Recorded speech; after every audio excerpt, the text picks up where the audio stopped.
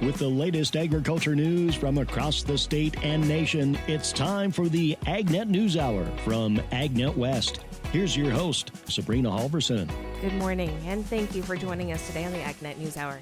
Today we're going in depth on a situation happening to farmers in the Midwest.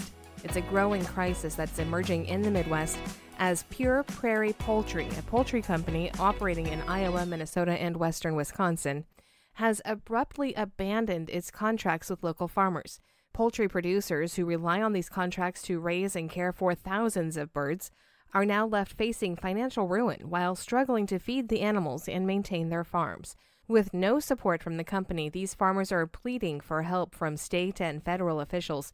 We're joined by my friend and colleague Brian Winnekins, who is a farm broadcaster based in Wisconsin. He's interviewed 3 people on this, including one of the farmers who has been abandoned by his co-op. With all of that in mind, we go now to Brian Winnekins. Joining us this morning is the Wisconsin Farm Bureau Federation Vice President Joe Brager. Joining us this morning, talking a little bit about the situation regarding the Prairie Poultry Pride Company and that they've basically abandoned their poultry farmers, not only in Iowa and Minnesota, but also here in western Wisconsin. And so we're going to talk with Joe a little bit about what's happened to these farmers. We're going to find out what these farmers have been through. And also, Farm Bureau is trying to rally some support here. And so we're going to talk with Joe a little bit about that. So, Joe, from what I understand, this has been a issue that's been festering since April, we'll call it. And the dam finally broke here recently where the company just abandoned these farmers. Yeah, in talking with some of these folks, probably since April, a lot of them, and they have a lot invested in this, a lot of them have to buy feed and then utilities depending on the contract. Not only that, but for their efforts for raising the flock, taking care of the flock, and they have a lot invested in these facilities. And it was being milked along, okay? The company says we're working on something, expect something to happen, we're going to restructure, we're going to do these things, and just shortly here a bit ago, pretty much threw away the keys and walked away, and now these farmers are left with absolutely zero resources. And what remains of the company, there are no resources coming forth to help. And from what I understand, the farmers have they got cut off from the feed that the company was supposed to provide because they didn't pay the feed bills, and then they had to step in. And for some of these farmers, I understand it's $20,000 a week? And that speaks to the dedication of these farm families, okay? They're hurting financially. When you say $20,000 a week, but their care for those birds trumps that. And many of these families have been paying for that feed out of their own pocket while they're trying to, again, see if the company is going to come forth, see if something's going to happen. And they've been shouldering this burden because of their love for what they do and the respect they have for the agriculture industry.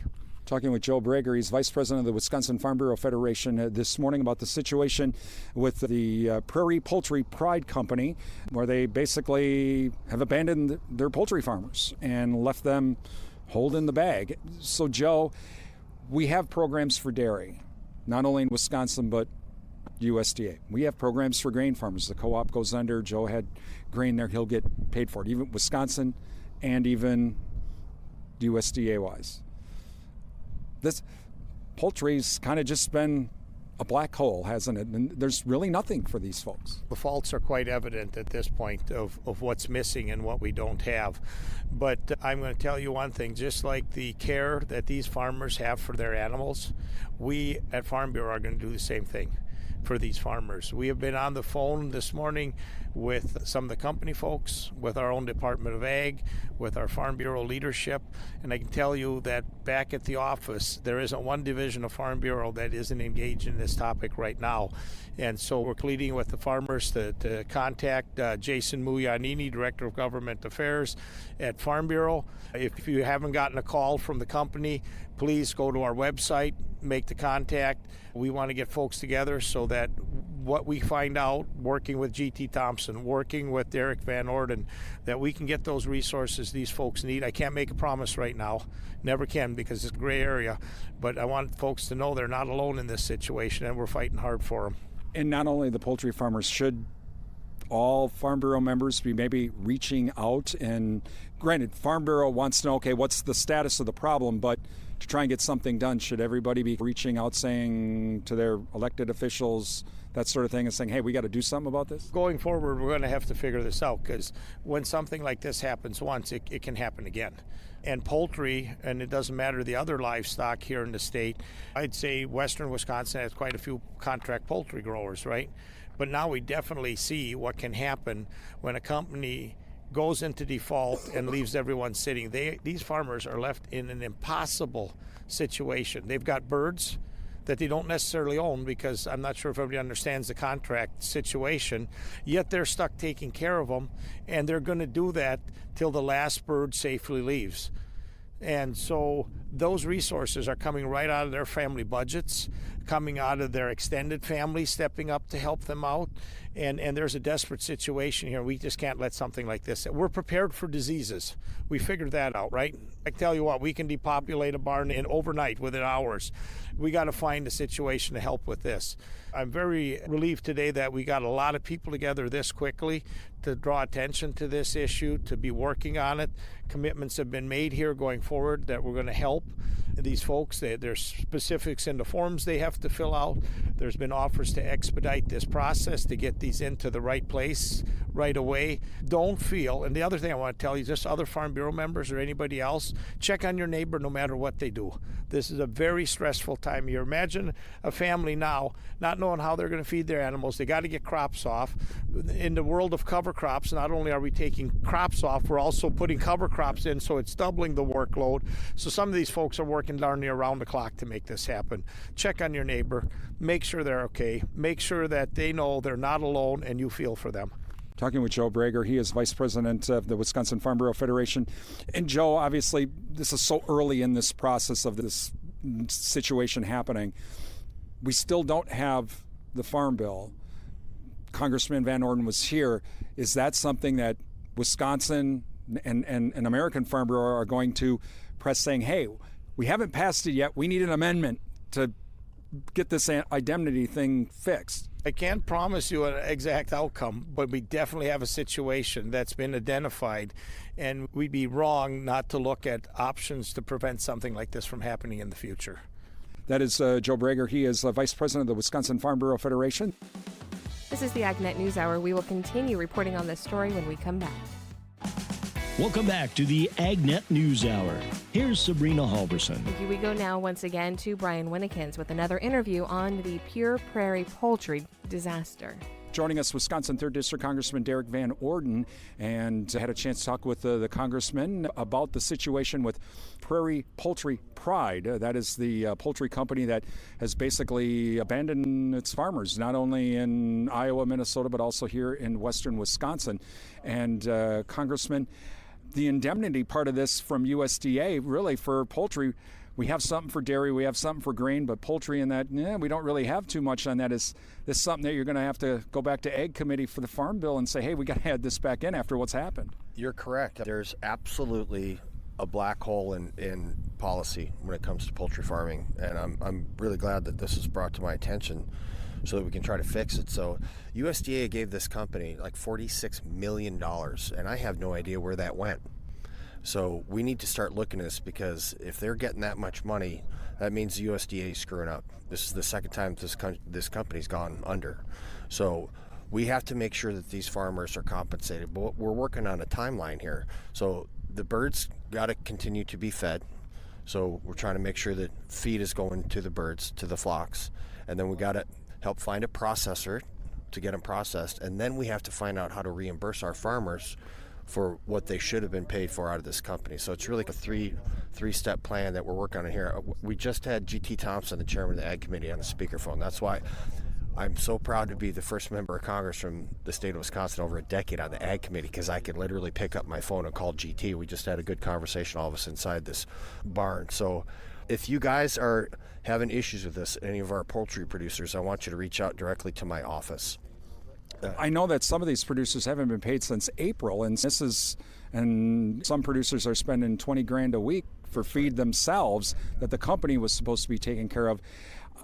Again, is this something for the Farm Bill that we need to add in? You need to add an amendment, because This is the black hole. Right. What we're doing right now is that my phone just rang in my pocket. That's Ashley Hinson. So I've been talking to my counterparts, my colleagues in Iowa and Minnesota also, to make sure that we look at this globally. My primary concern, obviously, is the 3rd Congressional District, but if we have any poultry producers in the state of Wisconsin that this is affecting, I want you to reach out directly to my office and we'll sort out the stuff later. So primarily what we're going to do is make sure that these flocks remain healthy, because the farmers are stepping out and they're paying out of their pocket after they haven't been paid since April, as you correctly pointed out. They're taking care of these animals, and that's what farmers do. We got to understand that the animal welfare is first and foremost on these farmers' minds, and I applaud them for that. They're literally paying $20,000 a week out of their pocket to feed these animals, so that's great. And then the policy stuff, we're going to have to get down into it and look at it very seriously and see what we can affect, because the state of Minnesota and the state of Iowa, they have a safety net for poultry growers. The state of Wisconsin doesn't. That means I got to get with Governor Evers' office and say, hey man, we're going to have to look at this and see if we can have a statewide safety net for all of our agriculture industry. So I was unaware that didn't exist here in Wisconsin. So yeah, there's a whole bunch of work to do here. You mentioned that $46 million. From what I understand, it was to reopen a processing plant in Iowa. Again, because of the pandemic, we had where that money went. So again, talking to GT, we have opened up an oversight investigation into that company, and we're going to look at the USDA and that company. I want to know where that money went, because that money should have gone to these farmers to pay for these birds. I guess going farther back, though, I got the $46 million a couple of years ago.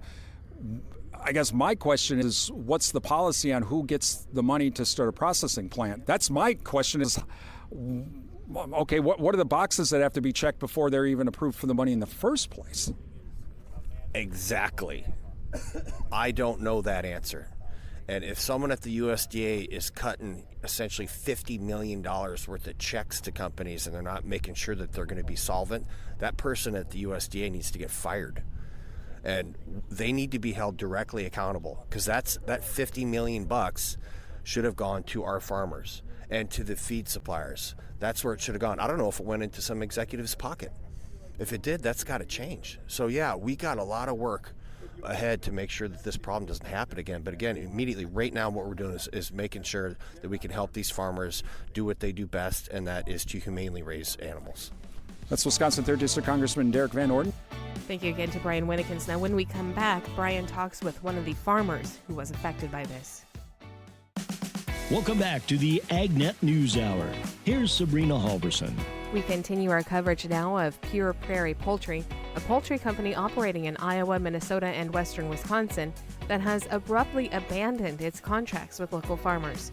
Brian Winnikins speaks with one of those farmers now. Joining us this morning is Terry Fila. He is with Fila Farms out of Mondovi. He is a poultry farmer. He is one of the poultry farmers that's been abandoned by Pure Prairie Poultry, a company out of Iowa and Minnesota.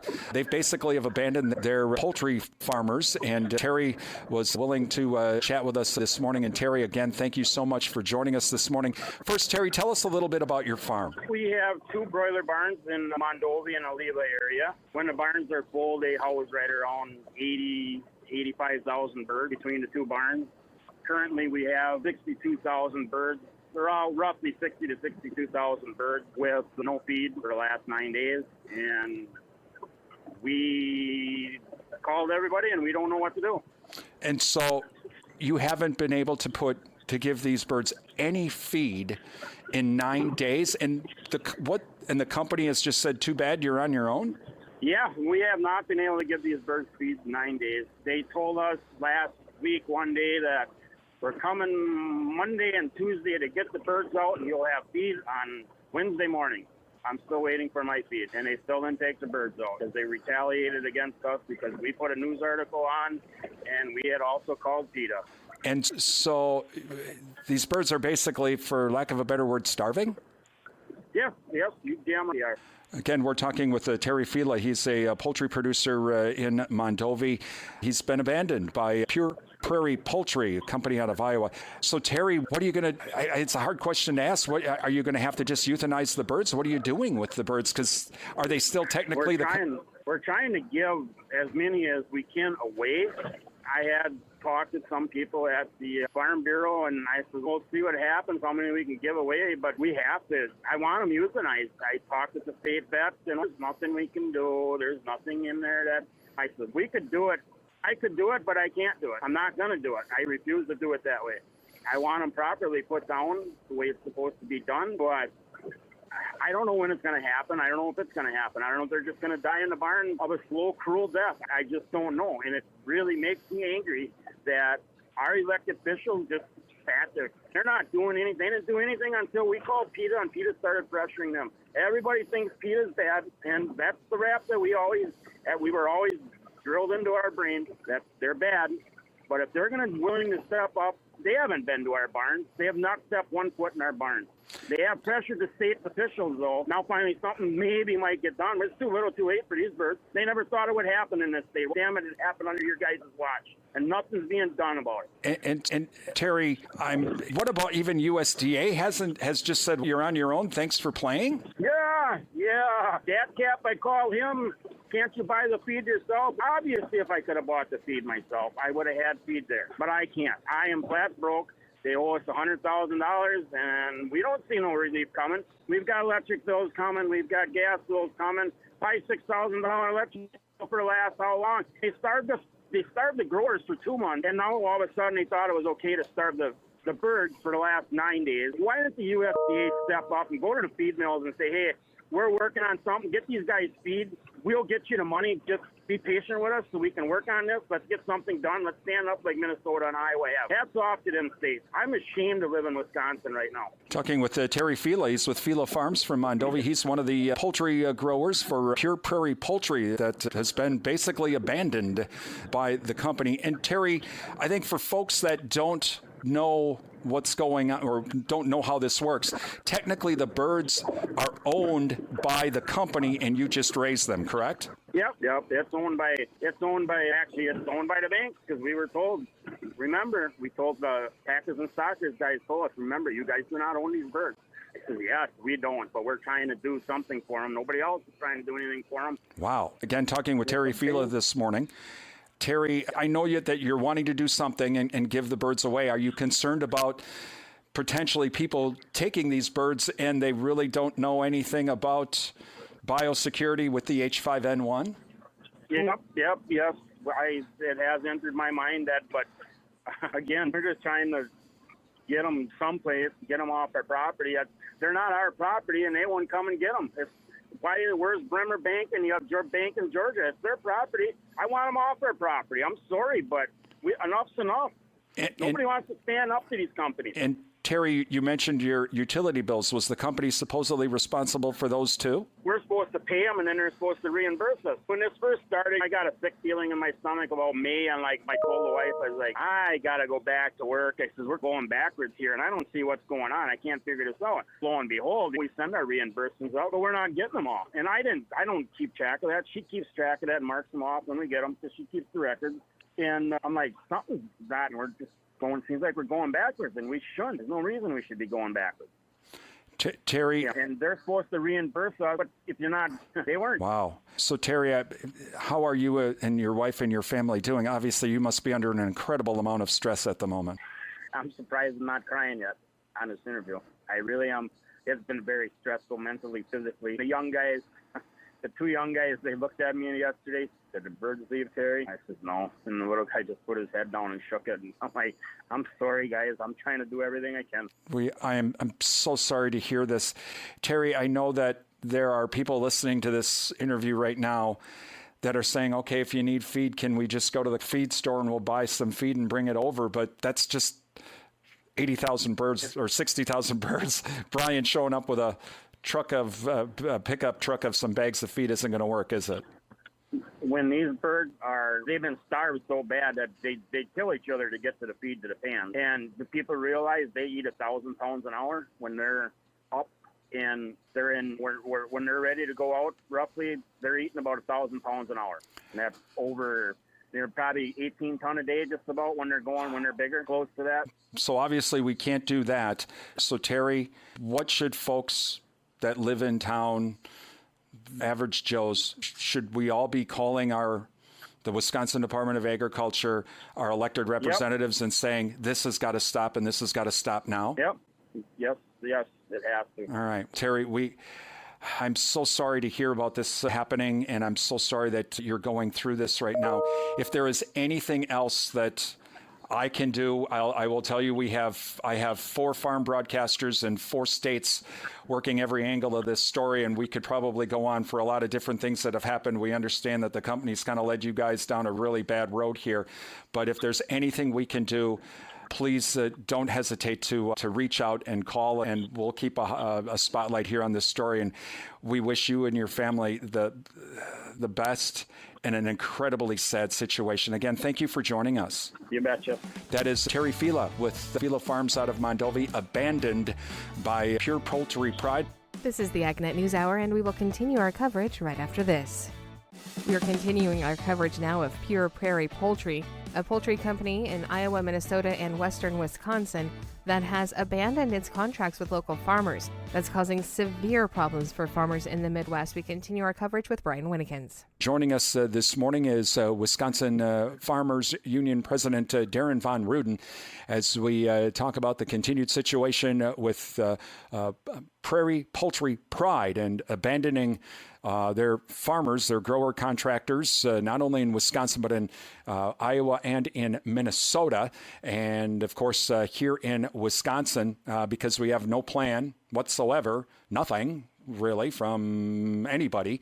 Farms have been having to either just give chickens away or chickens are starving. And again, we talked with Terry Fila from Mondovi, one of the farmers that was affected. We had talked with him on Friday, and as of Friday, when we talked with Darren in the afternoon, it had been 9 days since this flock had received any food, and he was trying to give away birds, but hasn't received any help. And so we wanted to we have talked with the folks from Farm Bureau. We wanted to talk with the folks from Farmers Union as well. And Darren, thanks for joining us. And Darren, I'm not really sure where to start other than, I guess, your reaction to the response from the Wisconsin Department of Agriculture to this, which has been nothing. Yeah, and that's it's a little hard to figure out and quite frustrating. I'm especially sure for the farmer, but for other farmers too, because looking at the dairy industry, we do have a plan there for the instance where a processor closes doors and producers are going to get paid for some of their product that they still have to produce, and maybe we need to look at making sure that's available to the poultry industry too. But it's just one of those things that's really going on with this consolidation issue and farms getting bigger and bigger. We continue to see that battle where farms are not able to pay their bills, and we're just looking at larger numbers of animals than that are affected. So how do we stop that tide of consolidation to make sure that the animals are, number one, taken care of correctly, number two, there's a good market on both ends for farmers to participate in. Darren, as a dairy farmer, okay, if your herd is emaciated, you haven't been feeding them, let's say for some reason you're not feeding the cows, the Wisconsin Department of Agriculture can come in and basically take everything. But they won't do this with they say they can't do anything with poultry. Darren, what's your reaction to that? Because here was a farmer, it's a very unfortunate situation. He didn't, but he wanted to humanely euthanize his flock because of this situation. And the Department of Ag says, we can't do anything. Thanks for playing. Is that not concerning to you as a dairy farmer, as a farmer in general, or as president of Farmers Union? As a farmer in general, but also as a leader to see that situation. We've certainly seen enough flocks that have been euthanized over the years because of the bird flu issue. And so having a situation like this where a farmer is left out in no man's land, basically, it's a little frustrating that we haven't got plans in place for something like this, because it has happened in other parts of agriculture in the state. We really need to sit down and figure that out and make sure that there's a plan going forward, because this probably isn't the first one, and it won't be the last time either. Darren, I know that right now you're very busy making hay. So when yours truly calls and you're like, what? So I realize that you've had to try to work with staff here to find out what's been going on. But do you know, has this affected any farmers union members that you know of? Not to my knowledge. I have not had anybody call, and our staff hasn't heard anything from anybody. We're not aware of any of our members being affected by this situation. Is this a concern? And I guess this is something that consumers are probably, and people who live in towns that are asking themselves, for animal welfare, again, that not only the state of Wisconsin, but USDA has not done anything. And I've had some folks that have lived in town saying, what about the state veterinarian? Don't they have an oath? Or the USDA, don't they have a part in this? Why is that the frustrating part here? I would think as a farmer, just personally, this has got to be something that you have to say, wait, this is unacceptable. We can't have this. Yeah, that's frustrating at really both levels, because there has been over the years that issue of farmers running into situations maybe not as drastic as this one. I'm not real familiar with it, so I don't know for sure all the details. But certainly anytime that there is financial problems, it's something that we as neighbors and we as leaders really need to take a look at the system and make sure that the system is set up to treat everybody fairly. And this is starting to something the individual farmers are being picked out of the group that they're working with and end up trying to hold the bag for themselves. And as farmers have been over decades and generations, when your neighbors are in trouble, how can we get back to that mentality and make sure that we don't see this situation again in the future? Wisconsin Farmers Union President Darren Von Ruden. Thank you to Brian Winnikins for providing those interviews. If you want to read more about this, we do have an article up on our website, agnetwest.com. We'll be right back. This segment is brought to you by Live Earth Products. To get to know a little more about Live Earth Products, we're talking on the phone today with Vice President Russell Taylor. For the Conservationist of the Year, what goals would you like to see occur this year? So this is continuing work as the Certified Crop Advisor Conservationist of the Year. They're looking for certified crop advisors who are trying to aid farmers in getting information or conservation practices. One thing we've identified that is keeping farmers from getting conservation practices is actually just information and products. The current federal regulations actually were written in the 1950s. And at that time, those rules were only restricting fertilizers and pesticides. They didn't put into account other developing technologies such as plant biostimulants and some of these newer technologies we're using in agriculture. And so for 2024, our goal is to really help change the laws that are impacting biostimulant regulation to allow them to be used and treated as a fertilizer, not as a pesticide. So what does that process look like to go through that and get that change to be where it needs to be? Well, actually, there's a very long on-ramp. We've been working on this since 2014, and the bricks that we've laid on this path are now hopefully being included in the Farm Bill. So more than anything now, it's just supporting the work we've already done, trying to get legislators aware of the problem and hopefully enact those rules. There's an act right now by California regulators. It's called the Plant Biostimulant Act. And so the best thing that farmers can do is call up and say, hey, we support this language. This is going to give us more tools to enact those conservation practices and have more products available to us. To get to know more about Live Earth products, you can visit them online at liveearth.com. That is spelled LIVEARTH.com. Welcome back to the AgNet News Hour. Here's Sabrina Halverson. In some news today, USDA announces investments in two of its premier global development programs, one focused on nutrition and education, the other assisting countries in strengthening their ag systems.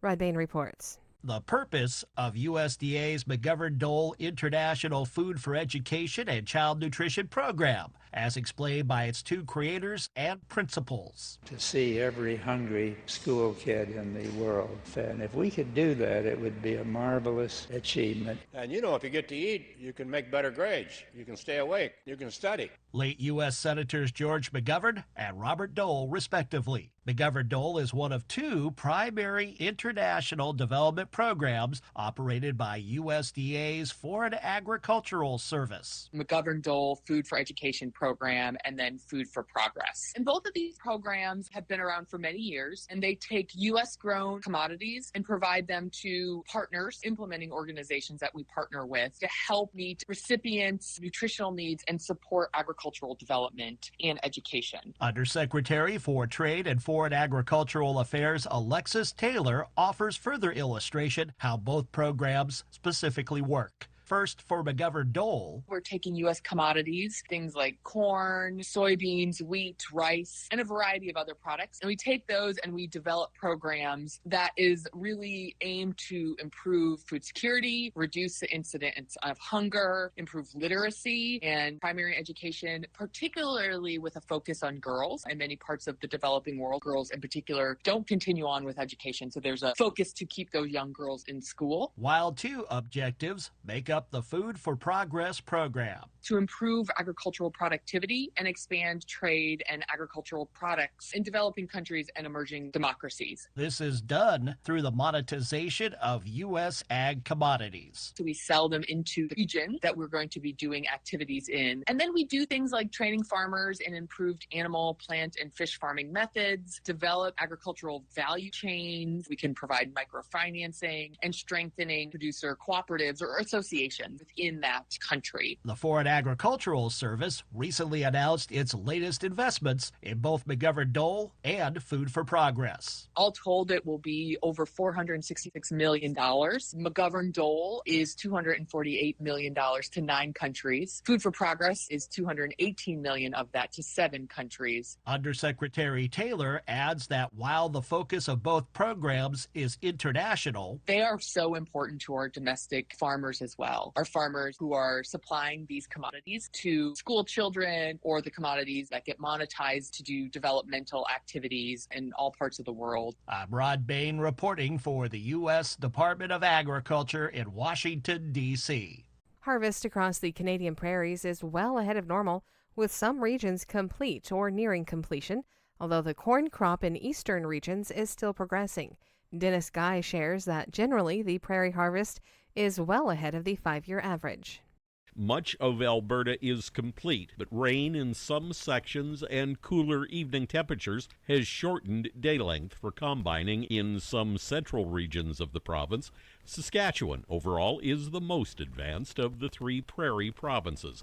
Manitoba is lagging behind overall due to some storms that brought some extremely high winds to the eastern prairies. Just south of Winnipeg, Eric McLean is finishing up soybeans and canola. McLean says that recent extremely high winds have robbed some yields for many producers in his region, just as harvest was nearly complete. A few days of combining canola and a few days here with some soybeans, and we'll be wrapped up. We just went through a wind event that whatever was left in the eastern prairies just got hammered. The last stuff that we have to take off is probably going to have a little bit less yield in it now. So if you had 10 or 20 or 30% of your crop still outstanding, it's not going to help guys if they've got 20% less in the bin. Further west, Saskatchewan is the most advanced. Overall, fall rye and lentils have officially reached the finished column, joining field peas, winter wheat, and triticale, which were already complete.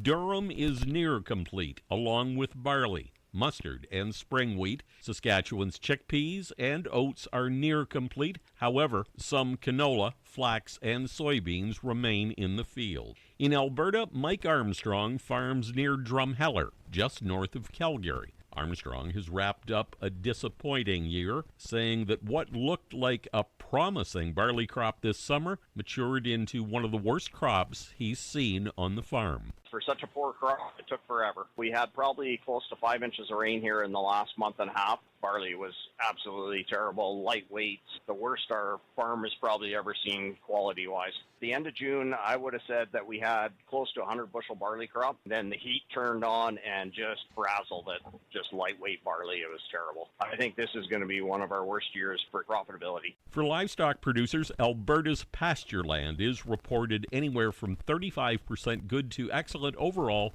with the Peace River leading the way at near 60% excellent. The central region's pasture is rated at 50% good to excellent, and the northeast and northwest regions of Alberta pastureland conditions rated from 18 to 25% moving into the winter season. Reporting from Canada, I'm Dennis Guy. One food item has in the past endured some poisonous press and a major legal battle, but is still a top U.S. food. Gary Crawford has more. We are out here at good old Veg U at the Department of Agriculture's Farmers Market in Washington, D.C. We hopefully are going to get some veg-ucation. But instead of getting the lesson first and then give you the quiz, we're going to do it backwards. So it's quiz time. All right, thank you. Here's the quiz, Diz. What food item are we talking about? And here are the clues. 1. For hundreds of years, people thought this food was deadly poison because it belonged to the nightshade family of plants. Clue 2, Thomas Jefferson grew this food at his farm. And the last clue, the true identity of this food was the centerpiece of a legal case that went all the way to the Supreme Court. What food is it? Professors, the answer is... Tomatoes, that's right. Of course, they ought to know. They are our vegucators today. Nikita Vivekanandan and Tomi Aljaboy, both with the Ag Department's marketing service. Tomi, you were ready with another clue for the quiz. What was that? Tomatoes are the most widely grown vegetable in the United States, but it's a fruit. Not a vegetable? They're technically a fruit. But there may be some legal objections to that. Let's go back to the year 1883. Congress passes a tax on all vegetables that are coming into the U.S. from other countries. No tax on imported fruits. John Nix there is a food importer. He sues the Port of New York and its tax guy, Mr. Hedden, for all the tax that Nix has paid over the years on the tomatoes he had imported. Well, in this case, in 1893, it goes all the way to the Supreme Court. How did it come out? The Supreme Court ruled that tomatoes were considered vegetables. What? Order in this courtroom! Whoa, wow. That caused quite a stir. Who knows, maybe, though, they'll revisit that issue. But I guess it's good that the court ruled tomatoes as vegetables in one way. Otherwise, you guys, Tomi and Nikita, would be fruticators. And this would be good old fruit you. That doesn't sound right, does it? No. Speaking of sounding, tomatoes have been caught up in another identity issue involving pronunciation. And you know the drill here. You like tomato, and I like tomato. Tomato, tomato. Oh, let's call the whole thing off. So you don't say tomato. I personally don't, but to each their own. Okay, all right. I'm going to call them what we used to call them down home, just maters. As in, I'm going to pick me a mess of maters. So as far as picking maters, tomatoes, anyway, picking them at the store or at a farmer's market, Nikita, what is your advice for that? You do want to have a tomato that is somewhat firm. If you're feeling any soft, squishy spots, it's probably a sign that the tomato is overripe and starting to go bad. As to what to do with those tomatoes when you get them home, Nikita? You do not want to put them in the fridge. If you do, they're going to lose their texture, their flavor, so you want to keep them at room temperature. All right, next time we're going to take a look at the nutritional aspects of tomatoes and give you an idea for a little something different to do with tomatoes. Gary Crawford reporting for the U.S. Department of Agriculture. This is the AgNet News Hour, and we'll be back in just a moment. Welcome back to the AgNet News Hour. Here's Sabrina Halverson. The American Farm Bureau Federation President Zippy Duvall met with European Union officials to share agriculture's sustainability story. Chad Smith tells us Duvall stressed the importance of science-based, market-driven programs. The U.S. Sustainability Alliance was formed to share the stories and values of U.S. farmers, fishermen, and foresters with European audiences. Zippy Duvall, American Farm Bureau Federation president, talked with EU officials about the sustainable practices and conservation programs in U.S. agriculture. We met with them because agriculture in the United States has a great story to tell about the advancements in sustainability. American agriculture represents less than 10% of all the greenhouse gas emissions in the United States, which is much lower than a global average. Representatives from several European countries were here to learn more about the U.S. government's role in advancing sustainability. He was eager to impress upon the EU visitors the importance of treating farmers as partners instead of establishing restrictive mandates. More than 300 million acres in the United States are voluntarily dedicated to climate-smart practices like cover crops, no-till, or low-till. And those are some of the methods that we're using. That success is occurring because of our voluntary incentive-based programs. Chad Smith, Washington.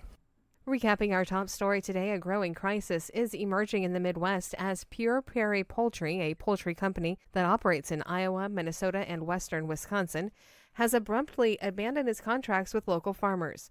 Poultry producers who rely on these contracts to raise and care for thousands of birds are now left facing financial ruin while struggling to feed the animals and maintain their farms. With no support from the company, these farmers are pleading for help from state and federal officials. For many, the situation began deteriorating as far back as April, when communication from the company became sporadic. While the company made a promise of restructuring and eventual support, nothing materialized. Instead, farmers were left to shoulder the financial burden on their own. The scale of the abandonment is massive. Some farmers are incurring weekly costs of up to $20,000 every week just to feed their flocks, despite not receiving any payments from Pure Prairie Poultry. We have the full story up on our website. You can read all the details at agnetwest.com. I am out at the California Pest Control Advisors annual meeting, CAPCA, being held this year in Anaheim. If you happen to spot me out there, stop by and say hi. That's today's top agriculture news. I'm Sabrina Halverson. Thank you for sharing your morning with us. To get more information on the topics you heard today, visit AgNet West at agnetwest.com. You can also stay connected by following us on our social media at AgNet West on Facebook, Instagram, and X. Also look for Sabrina Halverson on Facebook, and be sure to subscribe to our podcast by searching for AgNet West on your podcast app.